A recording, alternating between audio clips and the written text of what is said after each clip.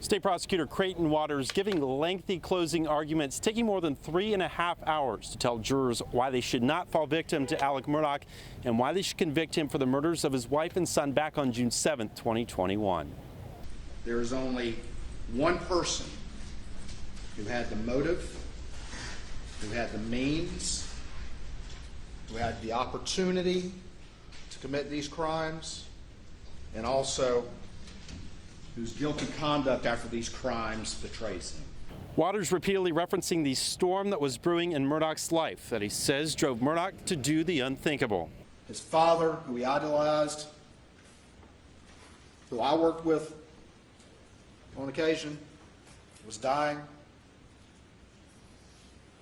His son was facing charges for the boat case. He was facing a civil action that not only could potentially ruin him, but expose the reality of what he'd been doing for years. He had an opiate addiction. The entire illusion of his life was about to be altered. He couldn't live for that. He's the kind of person for which shame is an extraordinary provocation. Waters said Murdaugh also had the means and opportunity, saying family guns were used to kill an unsuspecting Maggie and Paul. You also heard Paul at sibling from that first shot, a close range shot, with no indication that he detected a threat from the person who fired that weapon. And why? Because it was him.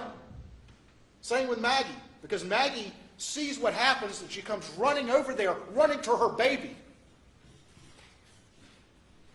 Probably the last thing on her mind, thinking that it was him who had done this. She's running to her baby. Ultimately, Waters claimed Murdaugh's guilty actions after the murders revealed him as the killer.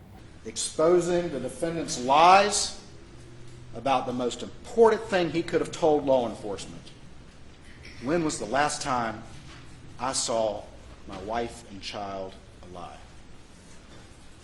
Why in the world would an innocent, reasonable father and husband lie about that?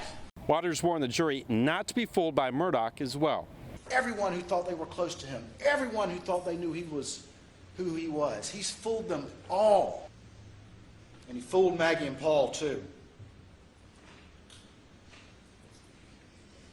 And they paid for it with their lives. Don't let him fool you too. Now, Jim Griffin will deliver the closing argument for Alex Murdaugh's defense. Once that's finished, John Meadors will give a rebuttal for the state. From there, Judge Newman will charge the jury. They'll be sent to do their deliberations. Now, if those deliberations don't wrap up by Friday, it could go into the weekend. In Colleton County, Riley Benson, Count on 2.